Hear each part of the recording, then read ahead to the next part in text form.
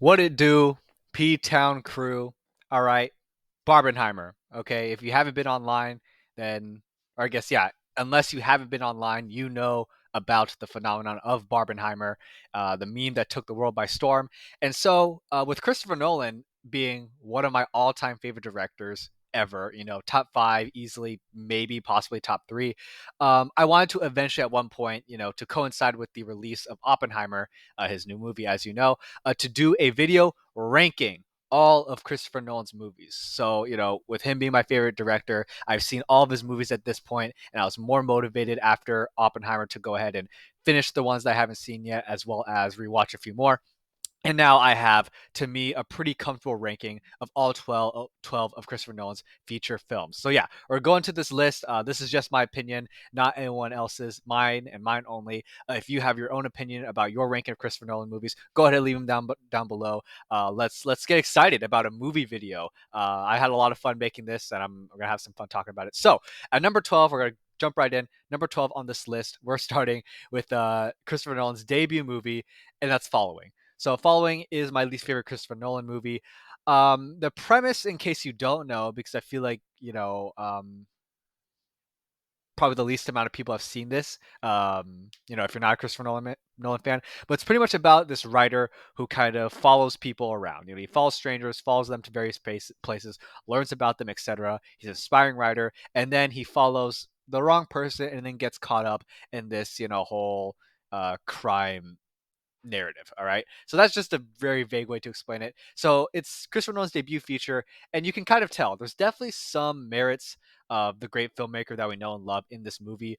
It has short, sharp, and impressive direction, but all in all, I found the climax pretty generic. And when you're comparing it to all of Christopher Nolan's movies, it's hard to enjoy Following, especially after you've seen every single one of his movies before Following. Decent performances, generic climax, though, in my opinion, and decent movie, but nothing too memorable as far as Christopher Nolan's filmography, which is a rare thing to happen for him. So moving on, next at number 11 is Insomnia. So if you haven't seen Insomnia, Christopher Nolan considers this his most underrated movie. And for those who don't know, it's about a detective played by Al Pacino. And when investigating a murder case in Alaska, um, something goes wrong during the investigation, and it's Al Pacino alongside Robin Williams' character, an alleged killer, and they kind of have to work together in order to, avoid prosecution. And this is the initial premise. This is not a spoiler, but yes, this movie is pretty good. I'll have to say, the premise does set up a lot of tension. Al Pacino's character has to conceal a lot of evidence, and his interactions with everyone else at the police department is, pretty tense. And Robin Williams' character is great with presence, and Robin Williams is fantastic in this movie. It's engrossing the first half, but it lost steam in the second half. It's not something I can describe. I'm not as good with movies in describing how they can just lose steam and not be as good in the second half. All I can just say is that I just got that when watching this movie. Movies can be as long as they need to be. In this case, it felt a little bit too long. But with that said, it was pretty good. It was pretty engrossing. Great performances, pretty good direction. It was Christopher Nolan's most underrated movie in its first half. So moving on to number 10 is Dunkirk. So Dunkirk is among my least favorite Christopher Nolan movies, but that's on me. And that's because I didn't watch this in the theater. Now, Christopher Nolan is not watching this video right now, but if he did, he'd probably slap me across the back of the head and be like, why aren't you going to the cinema, to support movies in the cinema and to fully experience, the movie? And yeah, I agree. That's on me. I wasn't initially interested in Dunkirk, despite me being a fan of Christopher Nolan already at that time.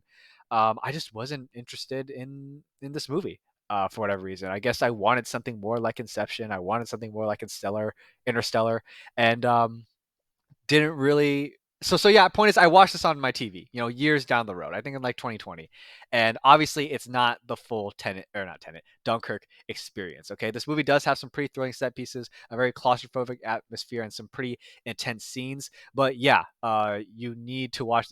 I should have watched this on a theater, and I didn't get the full Dunkirk experience, and that's on me. Otherwise, I got okay story, okay characters, pretty good sequences, on the small screen. But obviously, this is meant for the big screen, and that's on me. So, anyways, moving on. Number 9 is Tenet. So I feel like as far as cohesion, Tenet is really the only real misstep in Christopher Nolan's filmography. Okay, it is a bit too convoluted. convoluted in dialogue and in concept, and so I didn't really feel the full payoff of the set pieces and the narrative beats. Okay, you know how in movie posters they have taglines, like a slogan or catchphrase to kind of go along with the movie? The way I describe the dialogue in this movie is kind of like every single line for all the characters is meant to be like a tagline for the poster. And so dialogue comes off as very vague and very jumbled. With that said, the set pieces are still awesome. That's why this movie is still number 9. They're so cool because it's just so compelling and just execution. It's like, how the heck did Christopher Nolan film these scenes? You know what I mean? There's people moving forwards, there's people moving backwards at the same time.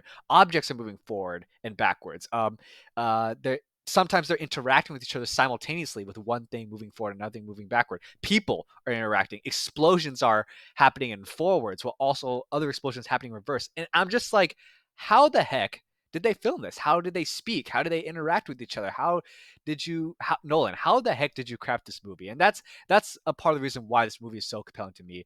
This is the most recent Christopher Nolan movie I rewatched, none like barely a month ago, and still didn't really come away with the payoffs because it was just so confusing. But it is still at number 9 because it's pretty thrilling to watch, even if I didn't get it all. There's some good aspects such as character dynamics, but otherwise, number 9 is Tenet. Number 8 is Interstellar. Now, Interstellar has aged very well since its release. It's become one of Christopher Nolan's most popular movies. A lot of people's favorite sci-fi movies. Even people who aren't necessarily Nolan fans, it's like among their favorite movies, and it's for good reason. It is Christopher Nolan's one of his best examples of setting up puzzle pieces throughout the runtime, and they all get payoff later. This movie is vast, it's ambitious, it's got thrilling visual effects and fantastic music. I mean, you could probably say that about every single one of Christopher Nolan's movies, but Hans Zimmer really popped off with Interstellar. Matthew McConaughey is also amazing in this movie, one of my favorite performances across Nolan's filmography. And you might be thinking, like, why is this movie number 8? You know what I mean? We have 7 more movies to go, and Interstellar, considered, among the best sci-fi movies. Why is that only at number 8? That's because I like the next 7 more. It just shows how stacked Christopher Nolan's filmography is, and how he is one of my all-time favorite people behind the camera. So and also in all fairness, I have rewatched this movie the least amongst the next, the top 8 Christopher Nolan movies, I guess, apart from the recently released Oppenheimer. I've only rewatched this once, and I liked it more upon rewatch. But it's just that I've rewatched the other movies more times. That's pretty much it. It's so still an excellent movie, and if you haven't seen it, go see it. And if you have seen it, it's great. Okay, but moving on to number 7, we're still like we've been in the upper echelon of just movies in general now. But number 7 is Batman Begins. So I mean, Batman Begins is also a great movie. Okay, it sets up an excellent trilogy. It contained a much more mature storyline and depiction of Batman and Gotham compared to all the other previous live action Batman movies. I mean, Batman and Robin was just 8 years before Batman Begins. Like, think about that. 8 years. Okay. That's like high school and college.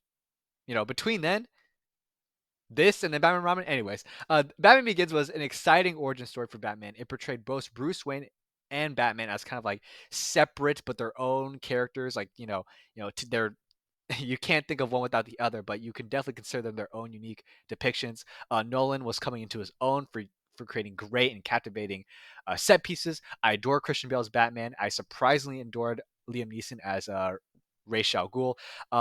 It's a great movie, but it's only here because Christopher Nolan would only top himself in subsequent movies. That's it. This is a great movie, but Christopher Nolan would only get better. And speaking of getting better, number 6, hear me out here. Hear me out. Number 6 is The Dark Knight. Okay. Hear me out. You might be thinking, why is The Dark Knight at 1, number 6, and not number 1, number 2? But also, why is The Dark Knight below another certain movie from the Dark Knight trilogy that isn't often considered as good as The Dark Knight? I'll get to that. I will get to that when I talk about the movie. For now, let's just talk about why The Dark Knight is great. But what hasn't been said about The Dark Knight? I mean, it's been used as a blueprint for so many superhero movies. It's portrayed Gotham and its inhabitants as like their own unique characters. It's got this gritty, realistic tone. Has excellent executions of its themes, such as morality and escalation and society. Obviously, the show-stopping performance from Heath Ledger. I mean, no one's stopped talking about that. Aaron Eckhart is also surprisingly very good in this movie, and of course Christian Bale as usual. Christian Bale as Batman is just one of my favorite roles, one of my favorite characters in movies, and I will say that this has aged the best of the Dark Knight trilogy. It has aged the best. And but for me, I just don't have that personal connection with the Dark Knight that makes me consider it one of the best movies ever. It's still a great movie and still one of the better superhero movies to have ever been released. But in amongst Christopher Nolan's filmography, it's number six. And number five, you also might have questions about this, but number five, it's Oppenheimer. It's Oppenheimer, dude. Um, okay, you may call this recency bias, but like I love this movie, and you know what? Let me explain why. If you did participate in Barbenheimer, you have seen Oppenheimer as well, and it, I don't need to remind you that it's another great example of puzzle pieces falling together throughout the movie. Okay, nothing in this movie goes to waste. Whether or not it's the great ensemble cast, the character interactions and motivations, scenes throughout the movie that kind of start off very jumbled, but then start to make sense by the end when context is given, and then those scenes become enthralling again. Oh man, the best. Okay, I'm trying to think. The best aspect of this movie is that the characters these were characters were real people. Okay, these were real people that existed during a real period of time. Um, Oppenheimer was a real person, all right, and so is everybody portrayed in this movie. And these people affected thousands, if not millions, of lives. Okay, all these characters felt human, and that's because they were human. They did exist. Oppenheimer being a real person, he just felt so complex. Okay, his motivations and his values would come in conflict with other people, as things naturally do when people are human. And what makes this movie so great is that Oppenheimer is one of Christopher Nolan's most complex characters that has ever covered, and he's done 3 Batman movies. Okay, so Oppenheimer's already was great. Once again, maybe recency bias, but coming away from that movie, I was just motivated to watch more movies again. I was motivated to rewatch Christopher Nolan's movies, and I have it really excited me. I mean, the first 2 acts were really good, but that last act, that last hour or so, is just enthralling. Okay, so Oppenheimer, in case you haven't seen it yet, as a Christopher Nolan fan, I might be biased, but I would say it's great, and it's great. Go ahead and check it out if you haven't yet. All right, so moving on at number four, you're probably wondering where this one was going to be. Dark Knight Rises at number four. Okay, now might be thinking, why is this above the Dark Knight? To put it simply, for whatever reason, my family owned The Dark Knight Rises on DVD, but not The Dark Knight. Batman Begins and The Dark Knight Rises, I think we lost The Dark Knight at one point. Okay, that's that. I grew up rewatching The Dark Knight Rises more than The Dark Knight. A lot of these movies, apart from Oppenheimer at number five, a lot of these movies in like the top seven of Christopher Nolan's filmography, I've rewatched many, many times. I haven't happened to rewatch The Dark Knight that often, even though I will say it's aged well. The Dark Knight Rises feels like this superhero epic, like even more so than The Dark Knight because of its, climactic set pieces. To watch Christian Bale's Batman rise from, the metaphorical and the literal depths and then redeem himself in the eyes of Gotham is super cathartic. You guys know I'm a sucker for climactic finales, Uncharted 4 and such. So this is what I got from The Dark Knight Rises. Loved Tom Hardy as Bane. Um, I loved watching kind of Gotham rally behind Batman in the final act. That's it. I mean, that's it. It's just I've rewatched this movie more. I have a closer connection to The Dark Knight Rises. That's it. It's number four. There you go. You might not be satisfied with that answer, but that's my answer, and that's my personal opinion. Still like The Dark Knight, but The Dark Knight Rises is just my. It feels more like home. Let's move on to the top three. You know, all these movies, most of these movies have been great. Top three is just something else. Number three is none other than Inception. Okay, and let me tell you why. Okay, Inception, for those who remember or doesn't know, Inception is all about dreams. Just to put it in a single sentence, okay? Inception is about dreams. So I actually have my own connection with dreams. For a good period of time, about nearly 4 years, I actually kept a dream journal. By kept a dream journal, I mean like I had a Google Docs, and I used to write down my dreams every single day, close to every single day, for nearly 4 years, and I learned a lot about my dreams, and I reached my own conclusions about dreams in general. There's been a lot of theories and talk about what dreams are supposed to be, and I came to my own conclusions. They're not like they weren't scientific discoveries. I'm like, okay, here's what my dreams could mean or could not mean. But the point is to have like a movie, like a heist movie, carried or not carried, but executed through the medium of dreams, it's just awesome. Okay, some cool ass shit happens in this movie. Okay, some really awesome shit, some really great practical effects. Christopher Nolan just bursts with creativity in crafting this, the rules and the world of this movie, as well as the events that transpire. It's got amazing direction. To me, it wasn't convoluted upon first watch, nor any of the many subsequent watches I've had. The payoffs are great. It's very creative. Dialogue and world building was very digestible. Especially compared to Tenet. Inception is kind of what I would compare. Like, okay, does Tenet make as much sense as Inception? No. Okay, well, it's a little bit more convoluted than that. But Inception was very digestible. Love, love, love Inception. Um, yeah, and I think just because I love the concept of dreams, and I've learned a lot about my dreams with my dream journal. Just watching an entire movie based around that is just incredible. Love this movie, but still not enough to beat out number two, because number two, if you know Christopher Nolan, you're wondering what this is at. Number two is Inception, or not Inception. Jeez, I just did Inception. The Prestige. Little magic, little misdirection. The magic acts. What are three magic acts again? Anyways, the final act being Prestige. Okay, this is to me Christopher Nolan's most underrated movie. It doesn't have the large set pieces. It doesn't have the large, huge marketing campaign and such like that. But it's just a great movie with a great story. Great. One of my favorite samples of puzzle pieces planted throughout the movie that would get payoffs later. Great performances, great narrative in The Prestige. All right. I love the premise of like a rivalry between two magicians as they try to climb up the ladder of the magic world. And it's, ever and expanding, um, you know, techniques and illusion and all that stuff. It was very compelling to watch this movie and also to rewatch this movie. You know what I mean? A lot of Christopher Nolan's movies are meant to be rewatched, and boy, The Prestige really does that so well. I love the foreshadowing of events through the characters and the dialogue, as well as just especially the dialogue, especially the nuances of the dialogue too. Um, you know, uh, and I don't really want to talk about too much just because of it. Go watch The Prestige if you haven't already, okay? It may be a little different from other Nolan movies, but it's just as captivating with the first watch, the second watch, the third watch, the fourth watch. I adore The Prestige. I adore this movie, and I really got to rewatch this again. I'm honestly really feeling like rewatch this now. Great performances from Hugh Jackman and Christian Bale. So compelling, and yeah, this is definitely knocking on the door for among my favorite movies of all time. But I'll tell you what is totally among my favorite movies of all time, and that's the number one movie on this list for my favorite Christopher Nolan movies. Number one is Memento. Okay, number one is Memento. Okay, there you have it.